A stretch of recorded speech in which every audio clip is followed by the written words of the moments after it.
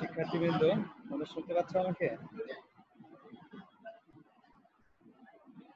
Hello, শুনতে পাচ্ছ?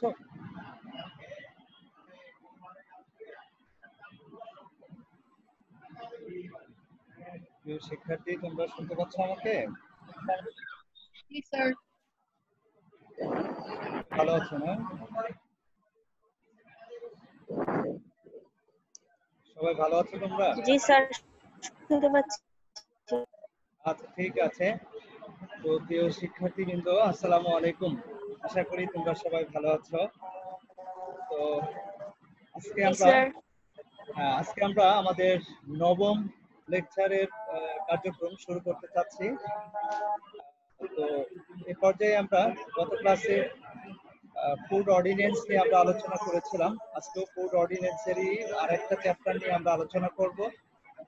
তো অনেকে এখনো জয়েন করতেছে। আচ্ছা, জয়েন করতে থাক, সমস্যা নেই। আমরা আমাদের কার্যক্রম বা ক্লাসের যে কার্যক্রম সেটা আমরা মোটামুটি শুরু করব। ফর্মালি পর্যায়ক্রমে সবাই জয়েন করতে থাকবে ইনশাআল্লাহ। তো এই পর্যায়ে আমি তোমাদের সাথে স্লাইড গুলো শেয়ার করব। তো শুরুতে আমি তোমাদেরকে মিউট করে দিচ্ছি সবাইকে, এবং আমি আমার যে স্লাইড গুলো আছে সেগুলো তোমাদের সাথে আমি শেয়ার করি।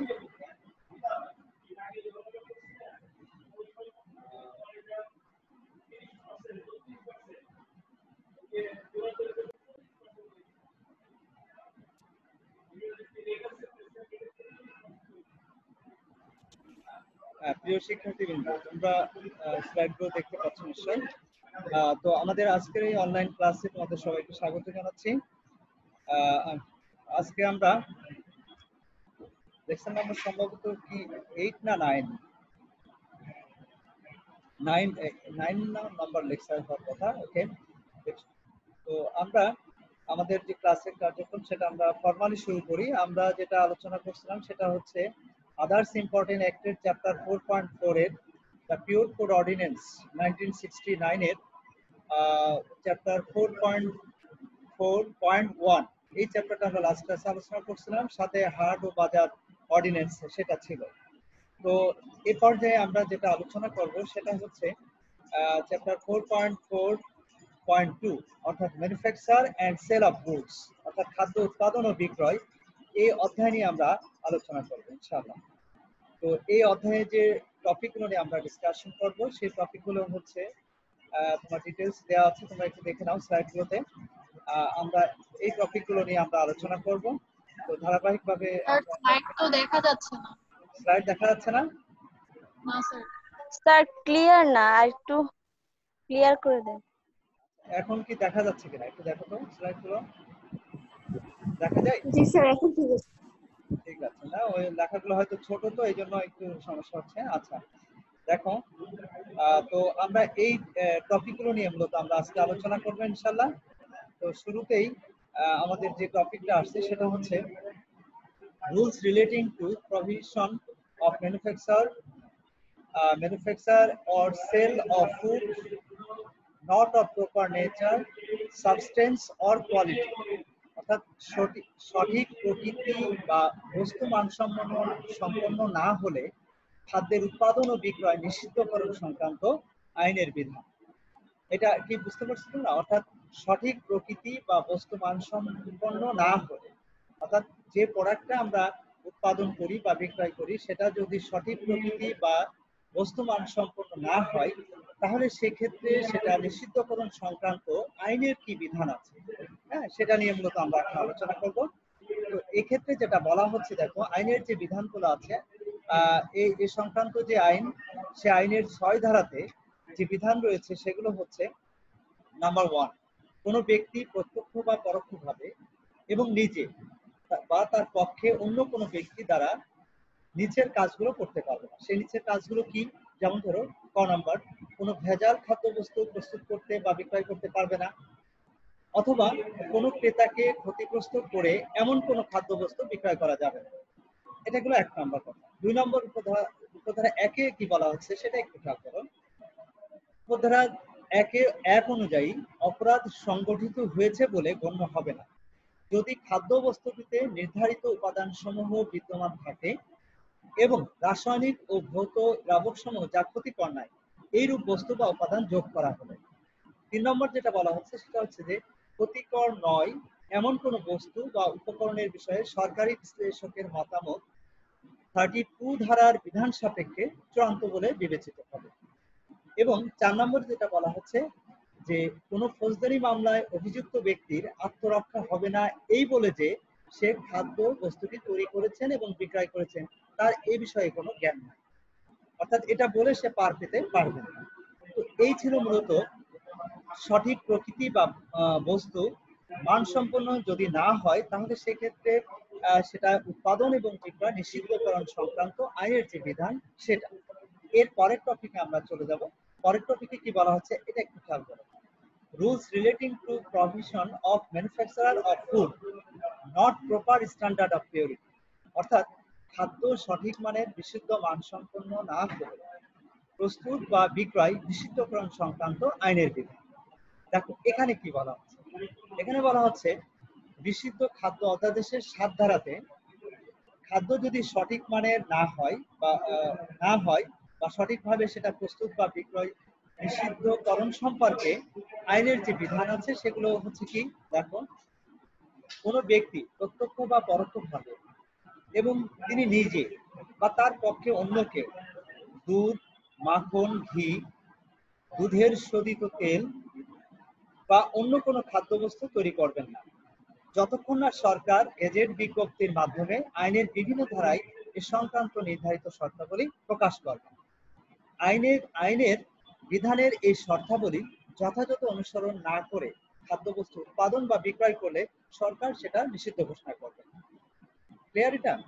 আচ্ছা, তো এটা ছিল হচ্ছে rules relating to provision of manufacturer of food not proper standard of purity.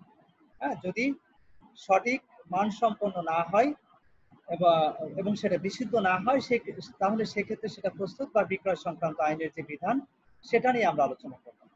প্রিয় শিক্ষার্থীরা, এর পরে যে টপিকটা আসছে সেটা হচ্ছে rules relating to standard of purity of milk or skimmed milk or condensed milk or star listed milk or হচ্ছে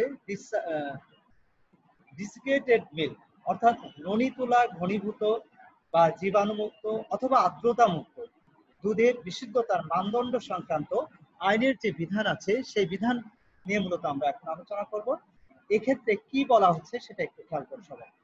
প্রিয় শিক্ষার্থীরা, বিশুদ্ধ খাদ্য অধ্যাদেশের 8 ধারাতে এ সম্পর্কে আইনের যে বিধান রয়েছে সেটা হচ্ছে ননি তোলা বা সব তোলা, ঘনীভূত, জীবাণুমুক্ত অথবা আর্দ্রতা মুক্ত দুধ ব্যতীত অন্য সাধারণ বা আদেশে নির্দেশিত পদ্ধতি বর্ণিত হবে।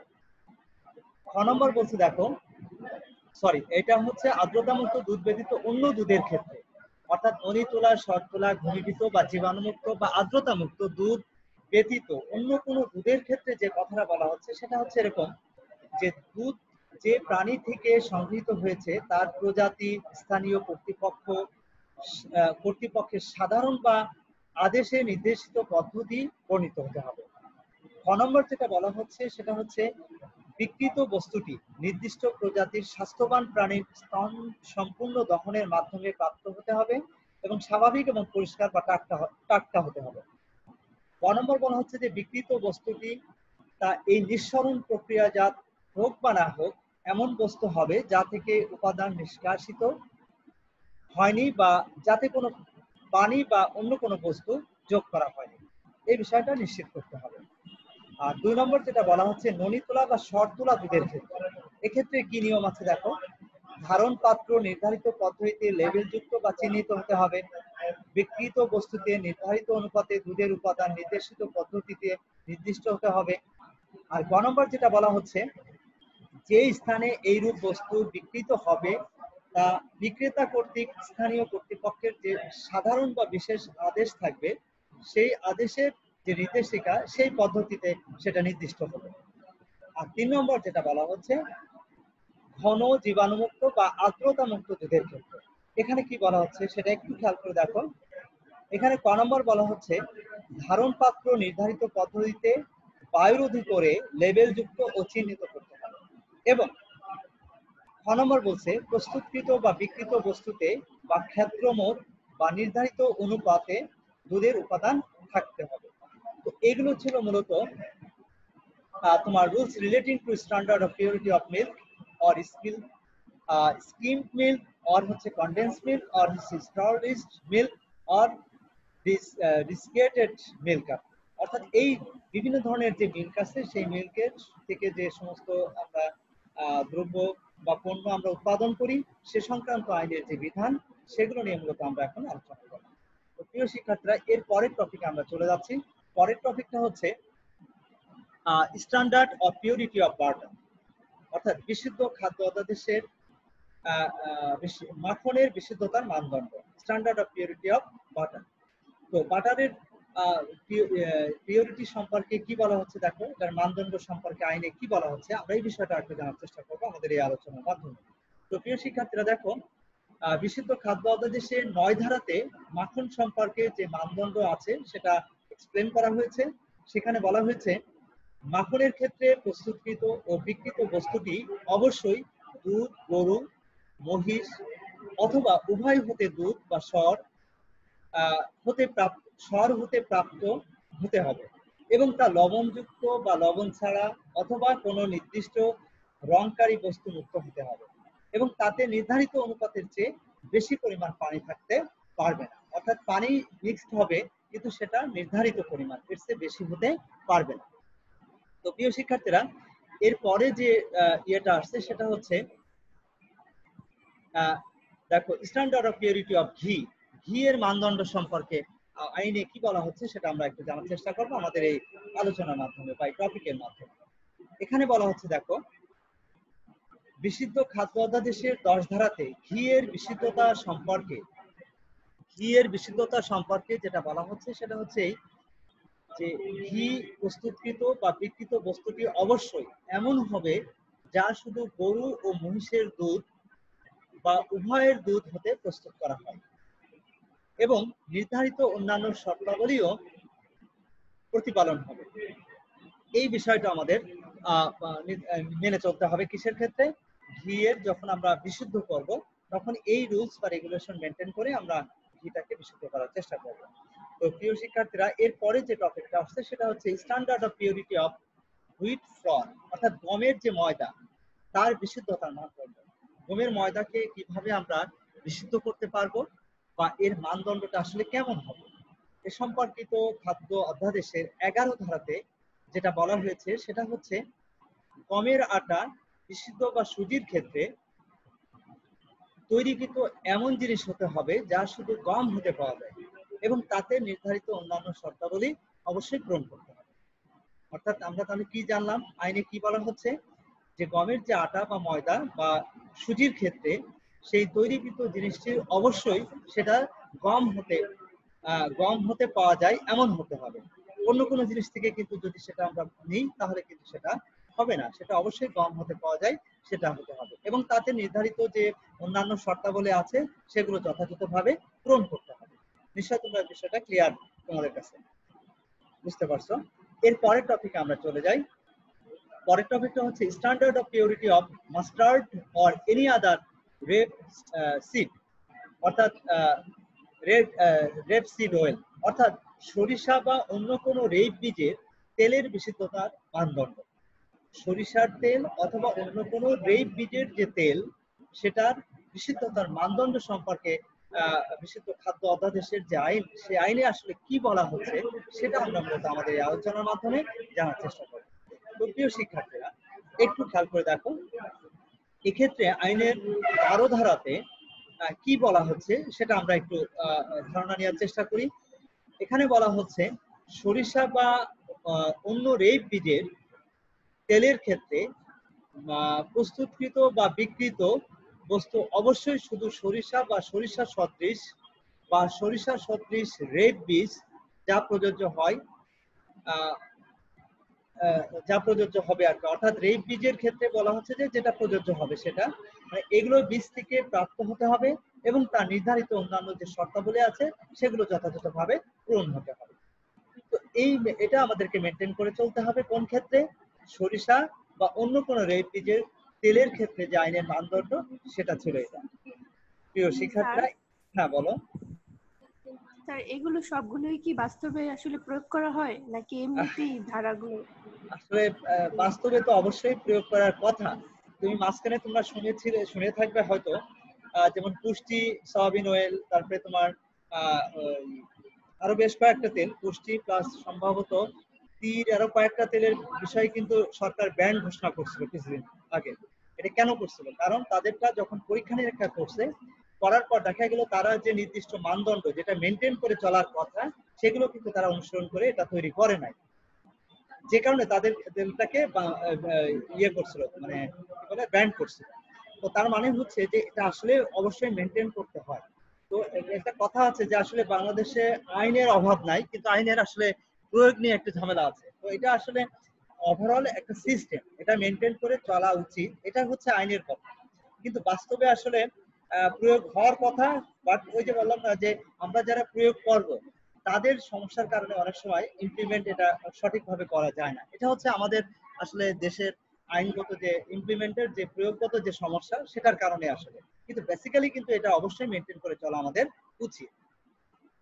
তো আসলে সমস্যা যেটা হয়েছে, যেমন বিএসটিআই মনে করো তোমার এটা সবকিছু যাচাই বাছাই করে তাদের স্ট্যান্ডার্ড মেনটেন করে তারপরে তারা তাদের সেই সিলটা, তারা কিন্তু সেই সিলটা দেওয়ার কথা। কিন্তু সেখানে যদি বিএসটিআই কর্তৃপক্ষ যদি সেখানে অন্যায়ভাবে দেখা যাচ্ছে ওই যে ঘুষ বা দুর্নীতির মাধ্যমে যদি তারা অন্যায়ভাবে কাউকে যদি সেই সিলটা লাগিয়ে দেয়, তাহলে সেক্ষেত্রে তো আর এটা বলার কিছু থাকে না। তো বিষয়টা হচ্ছে এখানে কোশ্চেন আর কি। তবে অবশ্যই মেনটেন করে চলার কথা, কিন্তু মেনটেন করে কিনা সেটা আসলে পরের হিসাব। জিনিসটা বুঝতে পারছো? এটা অবশ্যই মেনটেন করে একটু চলার কথা আর কি, নিয়মগুলো। তো প্রিয় শিক্ষার্থীরা, তো এটা ছিল সরিষা বা অন্য কোনো রেপিজের মাধ্যমে যে তেলগুলো আমরা পাই সে সম্পর্কিত আইনের বিধান। এর পরের টপিকে আমরা চলে যাই। অন্যান্য খাদ্যবস্তুর ক্ষেত্রে বিশুদ্ধতার মানদণ্ড, অর্থাৎ standard of purity of any other article of food, অর্থাৎ অন্যান্য যে খাদ্যবস্তু আছে সেই খাদ্যবস্তুর ক্ষেত্রে বিশুদ্ধতার যে মানদণ্ড সেটা কেমন হবে।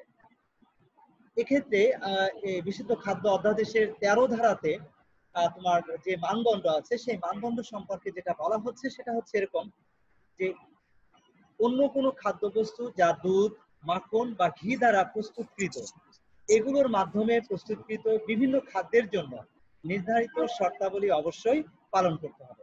অর্থাৎ তোমার খাদ্যবস্তুগুলো যেটা দুধ, মাখন বা ঘি দ্বারা প্রস্তুত করা হবে, ঘি দ্বারা প্রস্তুতকৃত যে খাদ্যদ্রব্যগুলো আছে সেগুলোর মাধ্যমে মানে সেগুলো অবশ্যই যে নির্ধারিত শর্তাবলী আছে সেটা অনুসরণ করে তারপরে সেই খাদ্যদ্রব্যগুলো প্রস্তুত করতে হবে এবং সেটা বিক্রি করতে হবে। এটাই হচ্ছে মূলত বিশুদ্ধ খাদ্য অধ্যাদেশ আইনের 13 ধারাতে এটা এক্সপ্লেন করা হয়েছে। তো প্রিয় শিক্ষার্থীরা, এর পরের যে টপিকটা আসছে সেটা হচ্ছে prohibition of keeping adulteration in places where food is manufactured or sold, অর্থাৎ খাদ্যবস্তু প্রস্তুত ও বিক্রয়ের স্থানে ভেজাল বস্তু রাখার ক্ষেত্রে নিষেধাজ্ঞা। তো অর্থাৎ খাদ্যবস্তু প্রস্তুত বা বিক্রয়ের স্থানে, মানে যেখানে খাদ্যবস্তু আমরা প্রস্তুত করব এবং যেখানে বিক্রয় করা হবে সেই স্থানে যদি কোনো ভেজাল বস্তু রাখা হয় তাহলে সেক্ষেত্রে বলা হচ্ছে যে আইনে কিছু নিষেধাজ্ঞা আছে, ঠিক আছে, প্রভিশন আছে। সেটা কি সেটা আমরা একটু জানার চেষ্টা করবো, আইনে কি বলা হচ্ছে এ সম্পর্কে। বিশুদ্ধ খাদ্য অধ্যাদেশের 14 ধারাতে কোনো খাদ্যদ্রব্যের অনুরূপ খাদ্যদ্রব্য প্রস্তুত বা বিক্রয়ের ক্ষেত্রে নিষেধাজ্ঞা সংক্রান্ত আইনের যে বিধানগুলো আছে সেই বিধানগুলো হচ্ছে এরকম: কোনো ব্যক্তি প্রত্যক্ষ বা পরোক্ষভাবে নিজে বা তার পক্ষে অন্য কোনো ব্যক্তি প্রস্তুত বা বিক্রয় করতে পারবে না। কি সেটা একটু খেয়াল করে দেখো। ক নম্বর বলছে, ননি তোলা দুধ, মাখন, ঘি, গমের ময়দা ইত্যাদি দিয়ে প্রস্তুতকৃত খাদ্যদ্রব্য পূর্বে প্রস্তুতকৃত কোনো খাদ্যদ্রব্যকে নকল করে দ্রব্যের গুণাবলী, উপাদান বা মান সম্পর্কে জনগণকে ভ্রান্ত ধারণা দেওয়ার উদ্দেশ্যে যে কোনো নামে যা উক্ত খাদ্যদ্রব্য স্বাভাবিক নামের সদৃশ, অথবা বলা হচ্ছে খ নম্বর দেখো, ননি তোলা দুধ, মাখন, ঘি, গমের ময়দা ইত্যাদি যে সকল খাদ্যবস্তু তৈরিতে ব্যবহৃত হয়েছে সেগুলো প্রস্তুত করার ক্ষেত্রে যে সকল শর্তাবলী অনুসরণ বা পূরণ করা প্রয়োজন সেগুলো না করলে, তার মানে এই কাজগুলোর ক্ষেত্রে বলা হচ্ছে, কি বলা হচ্ছে নিশ্চয় তোমরা বুঝতে পারছো। বিশুদ্ধ খাদ্য অধ্যাদেশের 14 ধারাতে সংক্রান্ত যে নিষেধাজ্ঞা সংক্রান্ত যে আইনের বিধান সেগুলোই আমরা কিন্তু পড়লাম এতক্ষণ ধরে। অর্থাৎ এখানে কোনো ব্যক্তি যদি প্রত্যক্ষ বা পরোক্ষভাবে নিজে বা তার পক্ষে অন্য কোনো ব্যক্তি প্রস্তুত করতে পারবে না, কোন ক্ষেত্রে? এই নিচের এই পরিস্থিতির ক্ষেত্রে। তো এই হচ্ছে মূলত আমাদের খাদ্যবস্তু প্রস্তুত বা বিক্রয়ের স্থানে ভেজাল বস্তু রাখার ক্ষেত্রে যে নিষেধাজ্ঞা সেটা। তো প্রিয় শিক্ষার্থীরা, এর পরের যে টপিকটা আসছে সেটা আমরা দেখি একটু। এক্ষেত্রে বলা হচ্ছে, দেখো, prohibition of sale of diseased animals or unwholesome food intended for human consumption, অর্থাৎ রোগগ্রস্ত পশু, অস্বাস্থ্যকর খাদ্য মানুষের ভোগের উদ্দেশ্যে বিক্রয়ের ক্ষেত্রে নিষেধাজ্ঞা। অর্থাৎ যদি এরকম হয়, রোগগ্রস্ত পশু, খেয়াল করে দেখো একটু, রোগগ্রস্ত পশু বা অস্বাস্থ্যকর খাদ্য মানুষের ভোগের উদ্দেশ্যে বিক্রয়ের ক্ষেত্রে কি নিষেধাজ্ঞা আছে সে সম্পর্কে বিশুদ্ধ খাদ্য অধ্যাদেশের 17 ধারাতে, 17 ধারাতে, সেকশন 70-তে বলা হচ্ছে যেটা, যে এই সংক্রান্ত আইনে যে বিধিমালা রয়েছে সেই বিধিমালাটা হচ্ছে এরকম। দেখো, নাম্বার 1, কোনো ব্যক্তি এমন জীবন্ত বস্তু বা রোগাগ্রস্ত বা অসুস্থ তা মানুষের ভোগের জন্য বিক্রয় করবেন না, অথবা মানুষের ভোগের জন্য অস্বাস্থ্যকর বা অনুপযুক্ত এমন কোনো খাদ্যবস্তু বিক্রয় বা প্রস্তুত করবেন না। এটা কিন্তু আইনে বলে দিচ্ছে। 2 নম্বরে যেটা বলা হচ্ছে সেটা হচ্ছে এরকম, যে এই ধারার অধীন কোনো মামলায় ভিন্ন রূপ প্রমাণিত না হওয়া পর্যন্ত কোনো জীবন্ত বস্তু রোগগ্রস্ত অথবা অসুস্থ অথবা অন্য কোনো খাদ্যবস্তু যা মানুষের ভোগের ক্ষেত্রে অস্বাস্থ্যকর এবং অনুপযুক্ত, তা এমন কোনো ব্যক্তির দখলে যদি পাওয়া যায়, তাহলে সেই ব্যক্তি অনুরূপ খাদ্যদ্রব্য প্রস্তুত করে বা করেন অথবা বিক্রয় করেন, সেক্ষেত্রে আদালত অবশ্যই অনুমান করবেন যে তা মানুষের ভোগের উদ্দেশ্যে উক্ত ব্যক্তি কর্তৃক বিক্রয়ের জন্য রাখা হয়েছে বা প্রস্তুত করা হয়েছে। অর্থাৎ সেই ব্যক্তি যে ধরনের পণ্য উৎপাদন করে বা বিক্রয় করে, তার কাছে যদি কোনো রোগগ্রস্ত, অসুস্থ বা অন্য এই ধরনের কোনো খাদ্যদ্রব্য বা প্রস্তুতকৃত কোনো দ্রব্য যদি তার কাছে পাওয়া যায়, তাহলে আমরা ধরেই নিব যে সে সেটা বিক্রির জন্যই কিন্তু সেটা তার কাছে রাখছে, যতই সে যে কোনো ধরনের অজুহাত দিক না কেন। তার মানে আদালত এটা অনুমান করবে যে অবশ্যই সে তার কাছে যেহেতু এই ধরনের, কারণ তো সে এই ধরনেরই বিজনেস করে, এই ধরনের পণ্যই সে উৎপাদন করে, এই ধরনের পণ্যই সে বিক্রি করে, তার মানে এই ধরনের পণ্য তার কাছে আছে মানেই হচ্ছে যে সে সেটা বিক্রির জন্যই তার কাছে রাখছে। সে যতই এক্সকিউজ দেখাক, আদালত কিন্তু এটাই অনুমান করবে। তো প্রিয় শিক্ষার্থীরা, এটাই ছিল মূলত রোগগ্রস্ত পশু বা অস্বাস্থ্যকর খাদ্য মানুষের ভোগের উদ্দেশ্যে যদি কেউ বিক্রি করে, তাহলে সেক্ষেত্রে আইনের যে নিষেধাজ্ঞা সেটা। এর পরের টপিক যেটা বলা হচ্ছে সেটা হচ্ছে prohibition of use of false labels, অর্থাৎ ভুয়া লেবেল ব্যবহারের ক্ষেত্রে নিষেধাজ্ঞা।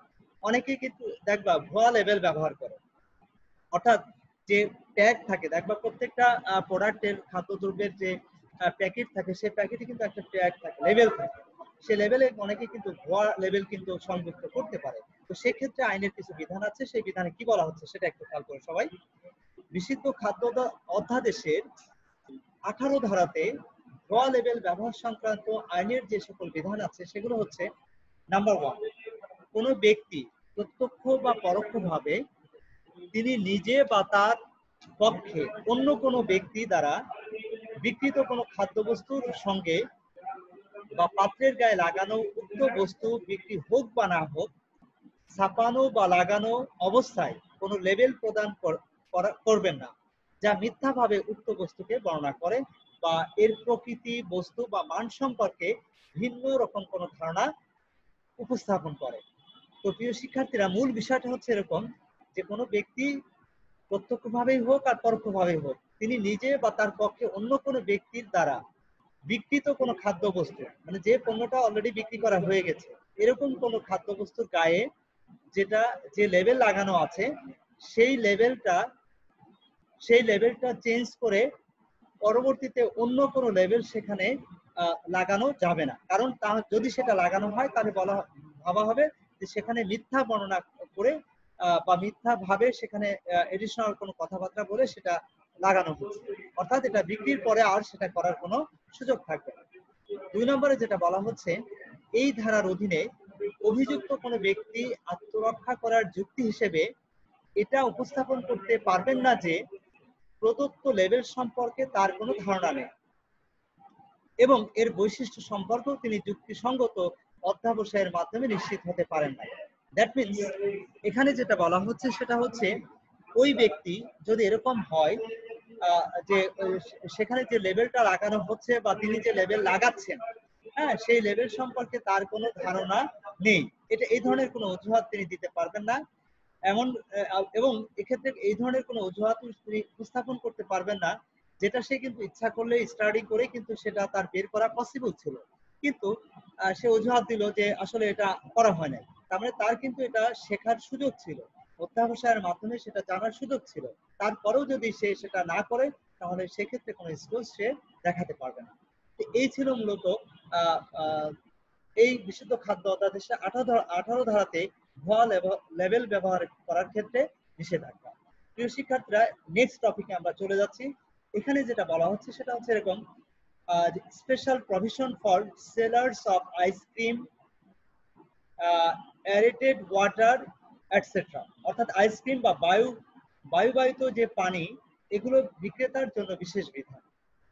অর্থাৎ আইসক্রিম বা বায়ুবাহিত পানি এগুলো যারা বিক্রি করবে তাদের ক্ষেত্রে এই বিশুদ্ধ খাদ্য অধ্যাদেশের 22 ধারাতে সম্পর্কে কিছু রুলস বা রেগুলেশন উপস্থাপন করা হয়েছে। সেখানে কি বলা হয়েছে সেটাই আমরা মূলত আমাদের এই আলোচনার মাধ্যমে জানার চেষ্টা করব। দেখো, এখানে যেটা বলা হচ্ছে সেটা হচ্ছে এরকম যে আইসক্রিম, কুলফি, বরফ, বায়ুবাহিত পানি, শরবত, মিষ্টি, বিস্কুট, রুটি অথবা ডাল অথবা আটা অথবা ময়দার তৈরি শুকনো কোনো খাবার এর কোনো ডিলার যিনি নিজে বা তার পক্ষে অন্য কোনো ব্যক্তির দ্বারা যানবাহন বা পাত্র ব্যবহার করে সংশ্লিষ্ট খাদ্যবস্তু কোনো প্রাঙ্গণ বা প্রাঙ্গণের অংশ ব্যতীত অন্য কোথাও বিক্রয়ের জন্য ব্যবহার করে বা তার নাম ও ঠিকানা বাংলায় সহজেই পড়া যায় বা দেখা যায়, এমন ভাবে উক্ত প্রাঙ্গণ বা প্রাঙ্গণের অংশ, যানবাহন বা পাত্রের উপর প্রদর্শন করতে হবে। তাহলে আমরা আমাদের এই আলোচনার মাধ্যমে কি বুঝলাম? আমরা যেটা বুঝলাম সেটা হচ্ছে এরকম যে আইসক্রিম বলো, কুলফি বলো অথবা বরফ বলো বা বায়ুবাহিত যে পানি, শরবত, মিষ্টি, বিস্কিট, রুটি বা এই জাতীয় যে ধরনের পণ্য যেগুলো আমরা আটা বা ময়দার তৈরি যে কোনো ধরনের শুকনো খাবারও হতে পারে, যেগুলো ডিলার নিজে বিক্রি করবে অথবা তার পক্ষে অন্য কোনো ব্যক্তি পরিবহনের মাধ্যমে দেখা যাচ্ছে যে সেটা বিক্রি করবে। এক্ষেত্রে বলা হচ্ছে যে তারা যে ইয়েটা ব্যবহার করবে, যে লেবেলটা ব্যবহার করবে, সেই লেবেলটা অবশ্যই যে সেটা যেন সবাই স্পষ্টভাবে পড়তে পারে বা সেটা যেন দেখতে পারে, বা যেখানে সেটা সে বিক্রি করা হচ্ছে যে প্রাঙ্গণে বা যে জায়গাতে বসে বা যে যানবাহনে সেটা বিক্রি করা হচ্ছে বা যে পাত্রে রেখে বিক্রি করা হচ্ছে, সেটার জন্য ক্রেতারা স্পষ্টভাবে যেন সেটা দেখতে পারে সেভাবে সেটা উপস্থাপন করতে হবে।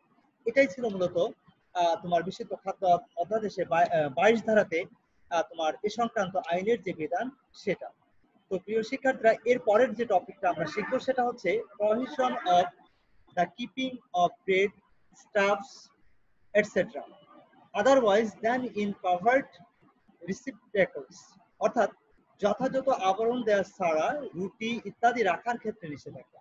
অর্থাৎ যে এই যে আমরা যে রুটি গুলো খাই সেক্ষেত্রে সেটার যথাযথ আবরণ দ্বারা যদি সেটা না রাখা হয় তাহলে সেক্ষেত্রে আইনে কি নিষেধাজ্ঞা আছে সে সম্পর্কে আমরা জানার চেষ্টা করব।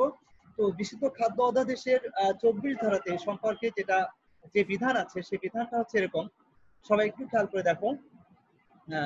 এখানে যেটা বলা হচ্ছে যে মানুষের ভোগের জন্য পরবর্তীতে রান্না ছাড়াই সাধারণভাবে ব্যবহৃত কোনো দুধ, রুটি, কেক, পেস্ট্রি বা মিষ্টি, কনফেকশনারি অথবা অন্য কোনো খাদ্যবস্তু বিক্রয় বা প্রদর্শন, রাখা বা মজুত করা বা বহন করা যাবে না যদি না এগুলি স্থানীয় কর্তৃপক্ষের সন্তুষ্টির ধুলি, ময়লা বা মাছি থেকে রক্ষার জন্য যথাযথভাবে আবরিত বা সুরক্ষিত থাকে। তো প্রিয় শিক্ষার্থীরা, এখানে কি বলা হচ্ছে সেটা আমরা একটু আবার রিপিট করি বা জানার চেষ্টা করি। এখানে কি বলা হচ্ছে?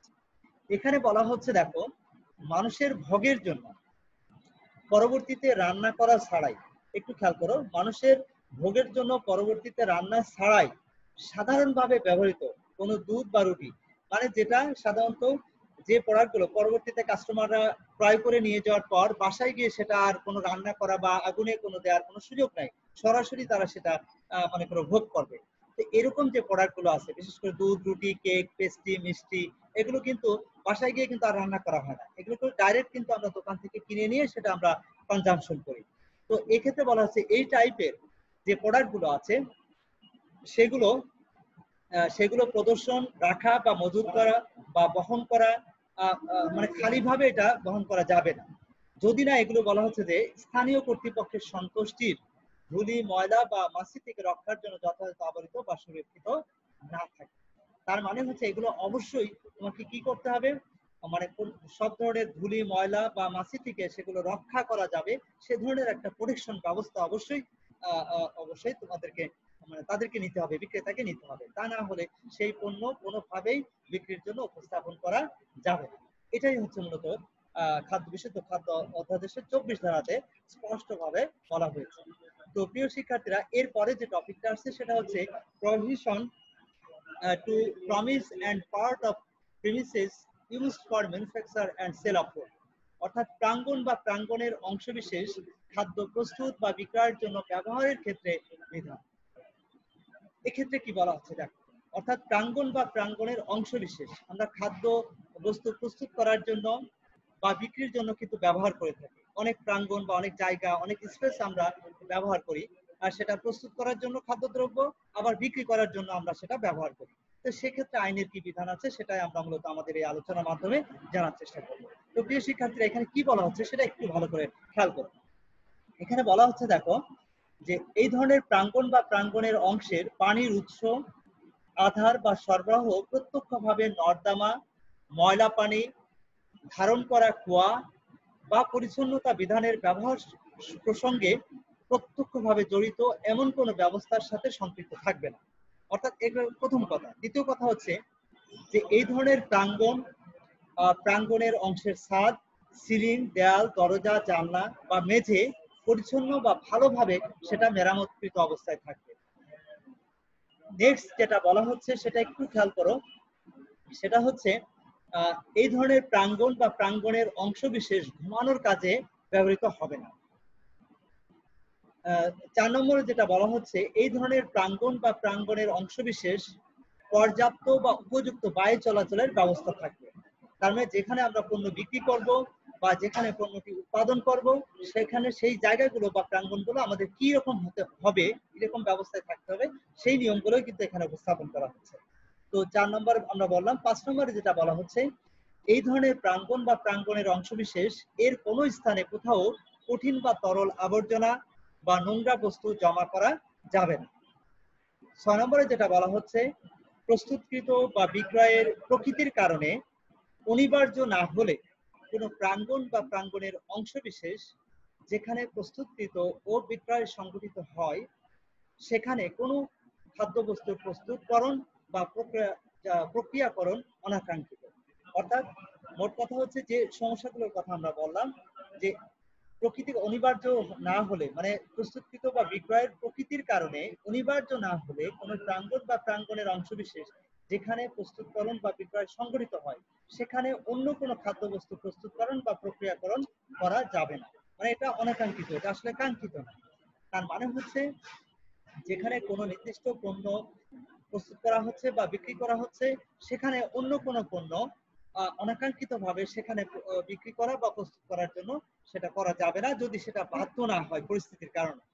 তো প্রিয় শিক্ষার্থীরা, এরপরে যে বিষয়টা বলা হচ্ছে সেটা হচ্ছে এরকম যে প্রাঙ্গণের সবটুকু বা অংশবিশেষ পরিষ্কার রাখতে হবে এবং এর সকল কর্মচারী তাদের পোশাক নিয়োগের সঙ্গে সঙ্গতিপূর্ণ বা পরিচ্ছন্ন রাখতে হবে।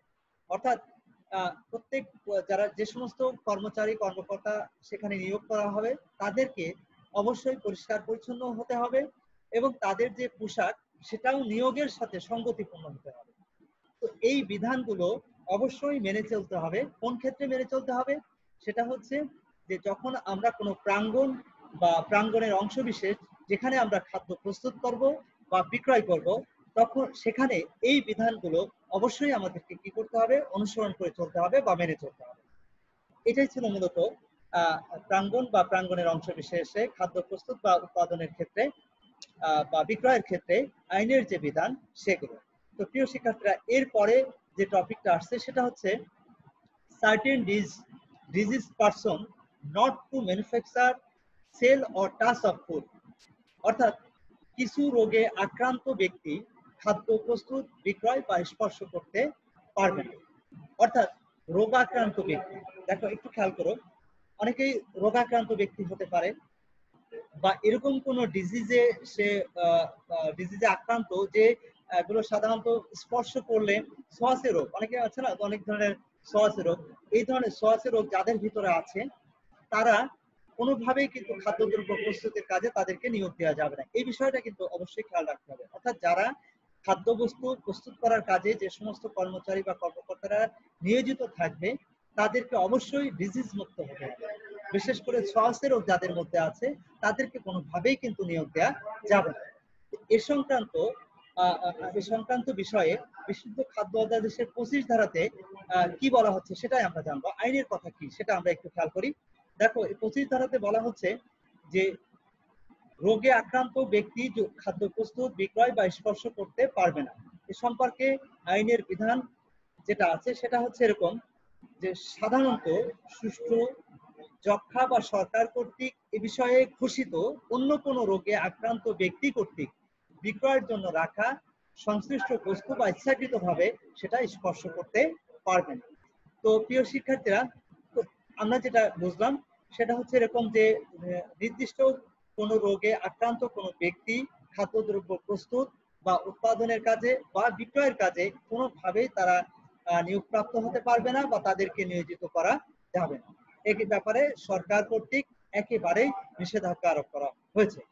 তো প্রিয় শিক্ষা, যদিও বাস্তবে আমরা সেটা হয়তো অনেক ক্ষেত্রে দেখি না এই ধরনের প্রয়োগ করা, অর্থাৎ খাদ্য যারা প্রস্তুত করে সেক্ষেত্রে অনেক যে স্বাস্থ্য বিধি বা যে ধরনের সিস্টেম মেনটেন করা দরকার সেটা অনেক ক্ষেত্রে হয়তো এটা পসিবল হয় না বা করে না, ইচ্ছাকৃত ভাবেও কিন্তু অনেকেই করে না।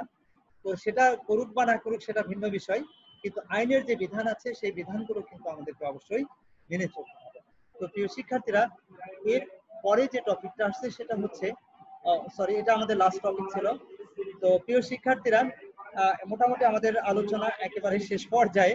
তোমাদের কারো কোনো কোশ্চেন আছে কিনা? প্রিয় শিক্ষার্থীরা, তোমাদের কারো কোনো কোশ্চেন আছে?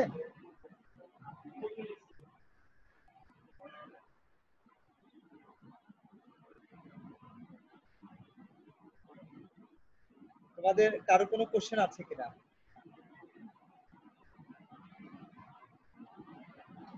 প্রিয় শিক্ষার্থী, তোমাদের কারো কোনো কোশ্চেন আছে? কোশ্চেন নাই না? আচ্ছা ঠিক আছে। তো যদি কোশ্চেন না থাকে তাহলে আমি তোমাদেরকে ইয়ে করছি, আনমিউট করে দিলাম। তোমাদেরকে আনমিউট। কারো কোনো কোশ্চেন নাই না? আনমিউট করলে এই সমস্যা।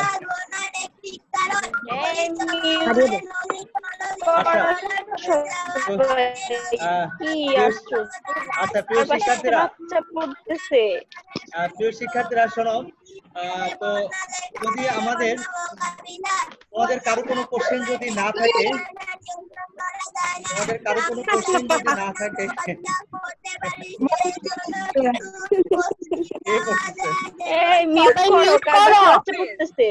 কথা শোনা যাচ্ছে না।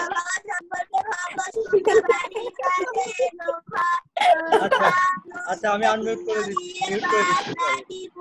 ঠিকঠাক কিছু বুঝি না।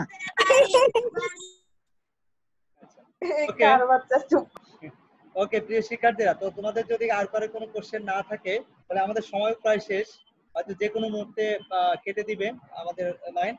তো যদি আর কোনো কোশ্চেন না থাকে তাহলে আমরা আমাদের ক্লাসের কার্যক্রম ইনশাআল্লাহ শেষ করব। তোমাদের কারো কোনো কোশ্চেন আছে আর? না স্যার। আচ্ছা ঠিক আছে।